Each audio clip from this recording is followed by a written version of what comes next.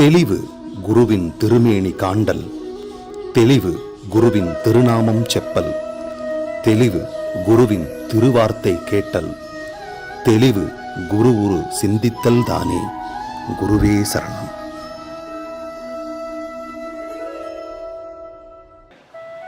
வணக்கம், நான் உங்கள் ஆத்ம நண்பன் பேசுகிறேன். பிரம்மஸ்ரீ தவத்திரு திருச்சிட்டம்பல சாது சித்தர் என்னோட குருநாதர் அவர்களுடைய பொற்பாதங்களை வணங்குறேன். இந்த பதிவில் நம்ம ஒரு இன்ட்ரெஸ்டிங்கான விஷயத்தை பற்றி பேச போகிறோம். என்ன அப்படின்னா, இப்போ ரீசண்டாக எந்த யூடியூப் ஓப்பன் பண்ணாலும் சரி, இல்லை ஏதாவது ஒரு ஷார்ட்ஸ் பார்த்தாலும் சரி, நமக்கு ஒரு முக்கியமான டைட்டில் ஒன்று போடுவாங்க.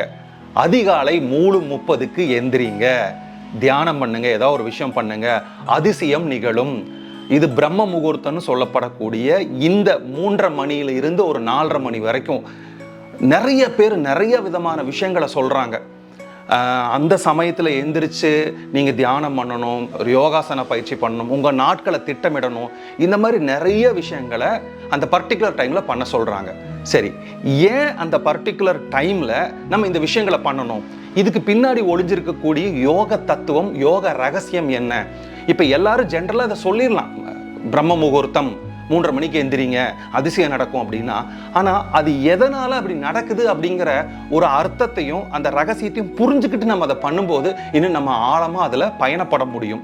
இப்போ சித்தர்கள்னாலே சூட்சும ரகசியங்கள் நிறைந்தவங்க, பல கோடி வருஷத்துக்கு முன்னாடி வான்மண்டலத்தில் போய் கிரகங்கள் எப்படி இருக்கும், எந்த நிறத்தில் இருக்கும்னு பார்த்தவங்க, அங்கேயே அவ்வளோ ஆராய்ச்சி பண்ணவங்க மனித உடம்பு ஆராய்ச்சி பண்ணாமல் விட்டுருப்பீங்கன்னு நினைக்கிறாங்களா? கண்டிப்பாக அவங்க எல்லா ஆராய்ச்சியும் பண்ணியிருக்காங்க. இப்போது அதுக்கு போகிறதுக்கு முன்னாடி ஒரு முக்கியமான விஷயத்த சொல்கிறேன். இப்போ நீங்கள் எந்த யோக சாதனை எடுத்துட்டாலும் சரி, மெடிடேஷன் பண்ணாலும் சரி, எந்த ஒரு யோக சாதனையோட எண்டு என்ன அப்படின்னா, இந்த புருவ மத்தியத்தில் வந்து நம்ம கவனத்தை கொண்டு வர்றது அப்படின்னு சொல்லுவாங்க. நீங்கள் 3ஆம் கண் பற்றி பேசினாலும் சரி, இல்லை பீனியல் கிளாண்ட் பற்றி பேசினாலும் சரி, எல்லா விஷயமே இந்த புருவ மத்தியம், அதாவது யோக கலாச்சாரத்தில் சொல்லணும்னா ஆக்ஞா சக்கரம். இந்த ஆக்ஞா சக்கரத்தில் வந்து கவனத்தை கொண்டு வாங்க, மூச்சை கொண்டு வாங்க, கான்சன்ட்ரேட் பண்ணுங்கிற சொல்லி தான் முடிச்சிருப்பாங்க.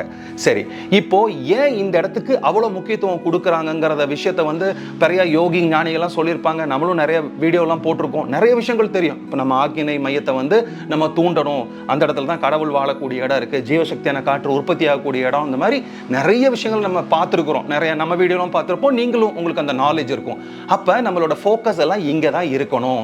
அப்போ பிராணன் உற்பத்தி ஆகிற இடம், அதாவது பீனியல் கிளாண்டில் இருந்து தான் எல்லா, அதாவது புத்தம், இந்துத்துவம், மற்ற சமயங்கள் எல்லாமே ஃபோக்கஸ் பண்ணக்கூடிய 3ஆம் கண்ணு இருக்கக்கூடிய இடமும் இந்த ஆக்ஞா சக்கரம் தான். எல்லாத்துக்கும் ரிலேட் ஆகுது.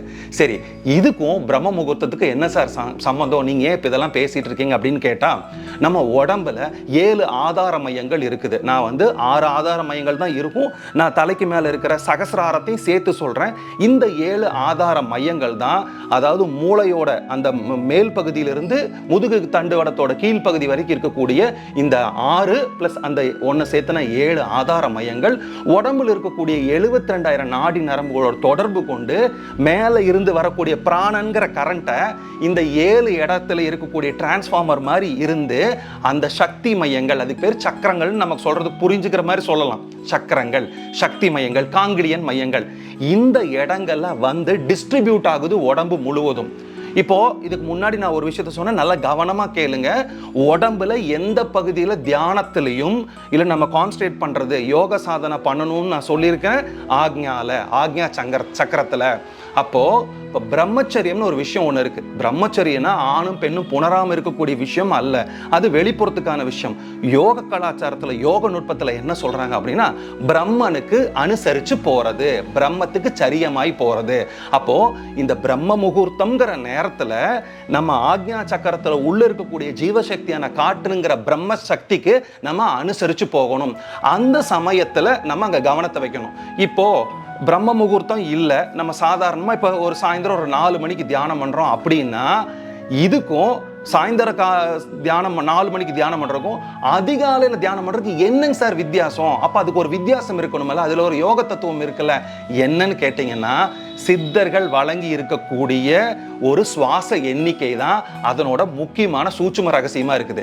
சரி, இப்போ நான் இதுக்கு முன்னாடி சொன்னேன் 7 ஆதார மையங்கள் இருக்குதுன்னு. நம்ம உடம்புல இருந்து புறப்படக்கூடிய பிராணனானது உடம்புல 7 இடத்துல ஒரு சுவாசத்தை அந்த சுவாச கணக்குன்னு ஒன்று இருக்குது. இப்போ மொத்தமா 21,600 மூச்சுக்கள் ஒரு மனிதனுக்கு கொடுத்துருக்கிறதா நான் சொல்லல, சித்தர்கள் சொல்லியிருக்கிறாங்க. இது நம்ம எல்லாத்துக்குமே தெரியும். இந்த 21,600 சுவாசம், அந்த சுவாச கணக்கு வந்து அந்த எண்ணிக்கை வந்து எப்படி வந்துச்சு தெரியுங்களா? அதாவது நம்மளோட மூலாதார சக்கரத்துல வந்து 600 சுவாசம் நடக்குது. எப்ப? சாயந்தரம் 6 மணிலிருந்து அடுத்த நாள் காலையில் 6 மணி வரைக்கும் தான் நம்ம வந்து ஒரு நாள் மாதிரி கணக்கு எடுத்துக்கிறோம். ஸோ இப்போ இது மூலாதார சக்கரத்துலேருந்து 600 சுவாசம் எப்பன்னா காலையில் 6 மணிலிருந்து 6:40 வரைக்கும் இந்த 600 சுவாசங்கள் வந்து மூலாதார சக்கரத்தில் நடக்குது. அப்போ சுவாச எண்ணிக்கை வந்து 600. அடுத்தது சுவாதிஷ்டானம், அடுத்த சக்கரத்தில் வந்து 6000 சுவாசம் நடக்குது. அந்த டைமிங் எப்போ அப்படின்னா 6:40 இருந்து மத்தியானம் 1:20 வரைக்கும். அதாவது காலையில் 6:40 மத்தியானம் 1:20 வரைக்கும் இந்த 6000 சுவாசம் சுவாதிஷ்டான சக்கரத்தில் நடக்குது. அடுத்தது மணிப்பூரக சக்கரம். இந்த மணிப்பூர சக்கரத்தில் மறுபடியும் 6000 சுவாசம் மத்தியானம் 1:20 நைட்டு 8 மணி வரைக்கும் நடக்குது. அப்போ இந்த டியூரேஷன் வரைக்கும் 6000 சுவாசம் 8 மணி வரைக்கும் நடந்துட்டு இருக்கும். அடுத்தது அநாகத சக்கரத்தில் மறுபடியும் ஒரு 6000 சுவாச எண்ணிக்கை நைட்டு 8 மணியிலிருந்து அதிகாலை 2:40 வரைக்கும் நடக்குது. இப்போ மூலாதாரம், சுவாதிஷ்டானம், மணிபூரகம், அநாகதம் முடிச்சிட்டோம். அடுத்தது விசுக்தி சக்கரத்துல வந்து அதிகாலை 2:40 3:40 வரைக்கும் விசுக்தி சக்கரத்துல வந்து 1000 சுவாசங்கள் நடக்குது. இப்போ நம்ம முக்கியமான விஷயத்துக்கு வரோம். பிரம்ம முகூர்த்தம்னு சொல்லக்கூடிய, எல்லாரும் 3:30 மணின்னு சொல்றாங்க, அது சரியான நேரம் இல்லை. ஆக்ஞா சக்கரத்துல 1000 சுவாசங்கள் 3:46 மணியில இருந்து 4:53 வரைக்கும் நடக்குது.